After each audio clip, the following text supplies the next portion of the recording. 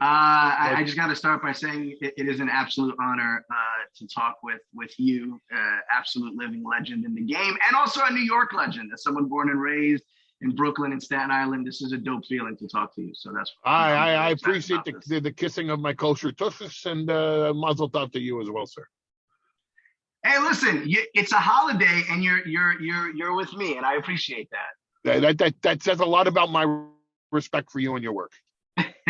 So I am Josh Martinez of Z100. This Friday night, massive show, super show at the world's most famous arena, Madison Square Garden, for Friday Night SmackDown. Tickets still on sale, WWE.com, Ticketmaster.com. And you actually have a bit of a personal story kind of going back to your beginning because of Madison Square Garden, right? Yes, I BS'd my way into Madison Square Garden as a teenage photographer when I was 14 years old, and started taking pictures for Vincent Kennedy McMahon's father, Vincent James McMahon, who was the promoter at the time of the WWF, then the WWF, which is now WWE. So I actually used to take pictures every month for Vincent James McMahon, who was recognized at the time as like the Pope of Madison Square Garden. And on a personal level, your birthday is coming up. The date's yes, I'm getting younger this year. Of course, it's an anniversary of you. Yes. It's the anniversary of your 21st birthday. I checked in with God, and she told me that I may actually go younger this year. So, listen, after everything in 2020, why not? I do have one question. Your birthday is September 11th. Yes. Do you remember exactly where you were 20 years ago? Yeah, I was in Houston, Texas. We were about to write the SmackDown show for that night.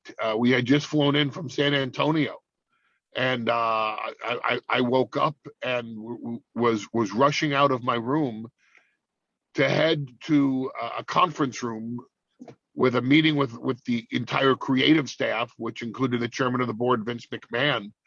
And as I was walking into the room, the first plane had already hit. And I think that's what adds to the specialty of Friday Night Show. I know that WWE is going to do something special for the crowd, whether it's shown on TV or not. I think that's going to be something dope. Because New York City has, this, it's a huge hotspot. It's a huge historical place for wrestling. I mean, to the point where, even Staten Island, a lot of people talk about Manhattan and now Brooklyn with Barclays, but Staten Island got some love. There was a show in 1998, an ECW show that there was a near riot, according to a friend of mine who was at the show and a couple others. Oh, there was no near riot. There was a full-fledged riot with plenty of arrests of ECW personalities, and probably rightfully so, I might add. That was a full. There were 100 people involved in that. There was nothing near about that riot. That was a riot. So I know I don't have to be PC anymore. I like that. Thank you. So everybody talks about Paul Heyman guys, Paul Heyman girls, obviously with your years in the business, and with Survivor Series coming up, being at Barclays Center, I wanted to know if you needed to put together a Paul Heyman guys or girls team consisting of your favorite four, your best four. Do you have the top four that come to mind? Roman Reigns, the Usos, and I'll even throw myself into there because I'll never need to tag in, because the three of them can handle any four beings on the face of this planet. So when you make your list of the top tag teams in the industry right now, I'm assuming you have Usos as one, right? Because top dogs. Who would you have as like a number two? The Street Profits. Super talented individuals. What's the potential on Montez Ford, do you think? Let's not discount Angelo Dawkins, please. No, but there's something a little special. Same with Dawkins. If you're not seeing it, you're missing it. That's why they complement each other so well. Now, Montez is the more gregarious of the two. Montez is the more vocal of the two, but Dawkins is a stud as well. They complement each other as well as any tag team I've ever seen in the past 20 years. They are, perhaps, with the exception of the Usos, the best tag team of the past 20 years. They're a magnificent combination. They're the yin to the yang, the left to the right. They are two individuals who think with one brain. It's every cliche or concept or strategy or description that you can give a great tag team. They embody it, and it's just a shame, to be blunt. Though I would never want to lose them off of SmackDown because they're so good at what they do. But it's a shame that they're on SmackDown at the same time as the Usos, because the Street Profits should be champions. They're just not going to be as long as the Usos hold the titles. I want to play a quick game of this or that. I'm going to give you two options. You just pick one or the other, right? You ready? No, but I'll do it anyway. My man, appreciate you. Yankees or Mets? Yankees. Knicks or Nets? And just so that I clarify why, because I'm originally from the Bronx. There we go. BX, man. I respect it. You know? I'm a little biased. I have a Yankees tattoo, but I'm a little biased. Just because you're biased doesn't mean you're wrong. So Yankees, repping the Bronx. Attaboy. Knicks or Nets? Knicks, because you get to watch them play in Madison Square Garden. Nets, because look at that team. Rangers or Islanders? Oh, Rangers. I look at the Islanders like I look at Staten Island. I just wish, they would secede to another state. What the fuck did we do? Pizza or hot dogs? Hot dogs on my pizza. Coffee or hot chocolate? Oh, I have no sweet tooth at all. Coffee. Ali or Tyson?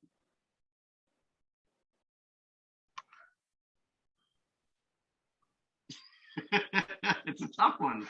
Wow. I'll have Paul Heyman speechless for 8 seconds. Career accomplishment unlocked. As much as I liked, and I knew Mike Tyson back in the day from the China Club, and as much as I liked Mike Tyson in his prime, Muhammad Ali. Lesnar or Reigns? Reigns. So you mentioned, like we talked about before, Madison Square Garden with the Knicks and SmackDown this Friday night. I need some personal advice, okay? My girlfriend, we've been together for 7 years. She graduates the same night as Z100 Jingle Ball, which is in Madison Square Garden, right, and she's getting her master's. Would I be a bad boyfriend if I decide to go to Jingle Ball, where I will be on stage in front of a sold-out Madison Square Garden? Or do I have to take the L and go to her master's graduation ceremony? Why does she need to go to the ceremony to begin with? She gets a degree. You know what? What do you need a ceremony for? Oh, here you go. Let's play some music. Let's walk up. Here's a piece of paper that we could give to you anyway. Come on, stop. Well, what is this? Paulie is a man of the people. Jingle Ball, man. There we go. Talking about it. Why don't you bring her to Jingle Ball and present her degree as a gift so that she remembers the Jingle Ball, and it's one of those memorable moments. It's like proposing this. Oh, she said yes. She said yes. Give her degree so she can go out and make a living and support you. She needs to learn her place. My man, listen, and I will say she is a Paul Heyman girl. She got into wrestling because of your promos and your ability to talk. So she would be very I applaud her for her good taste in promos, at least. Before we wrap things up, we have a couple minutes to go. I think one of the biggest things that everybody talks about is WrestleMania 30, Brock Lesnar and Undertaker. When did you find out, hey, this is what's going to happen? I think the better question is, when did the Undertaker find out this is what's going to happen? I knew it from the moment they said, hey, we were thinking of Brock versus Undertaker for WrestleMania. And I turned to Brock. I said, well, you're getting the streak. One way or another. You think Brock will ever dabble into the MMA thing ever again? Whether he gets into a fight or not, but just that maybe starts to train and kind of gets that itch again? No. there, and especially after Roman Reigns gets his hands on him. I mean, Jesus. So at that point, just Oh, retire. I don't know if Lesnar's going to suffer that much of a smashing from Roman Reigns. I have a feeling they're both going to walk away with some collateral damage here. I've been there, done that. If you were to tell me that Brock was going to do a shootout in soccer with Neymar and Ronaldo and Messi, that I believe. That Brock decided to spend 6 months to train how to play tennis, and he's going to do a one-on-one against Federer or Nadal or Djokovic. That I would believe. But he's already done the MMA shtick. He knocked out Randy Couture, the greatest heavyweight of all time, and he knocked out Randy Couture standing up. He took a beating from Shane Carwin, who was undefeated at the time, that no human being on the face of the planet could have taken, because Brock's not a human being. He's a beast, and he's a conqueror. I mean, what more could he do in UFC than he's already done? It's time for him to pursue other goals. If you told me he was going to learn how to drive a race car and he's going to take on everyone in NASCAR in 6 months, I believe you. I believe you. I mean, when he went out for the Minnesota, this is a matter of record.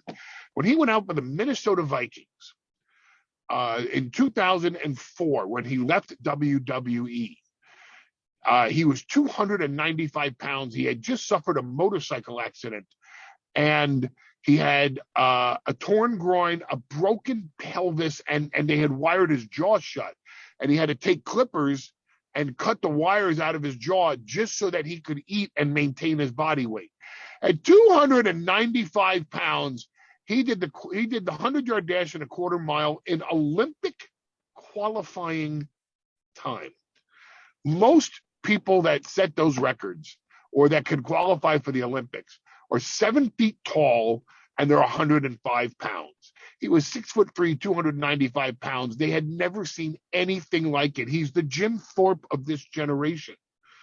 But as far as MMA goes, he's been there, done that. What's left to prove? He can make a lot more money in WWE.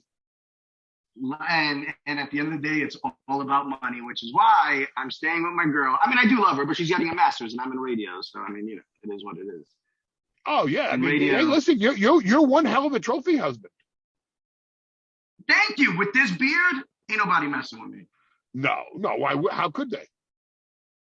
Paulie, and there's a tattoo of the Yankees on his arm. Exactly. I'm a natural born winner. Mr. Heyman, thank you for your time. This has been dope, and I appreciate you, man. Thank you, honestly. The pleasure, I assure you, has been all mine.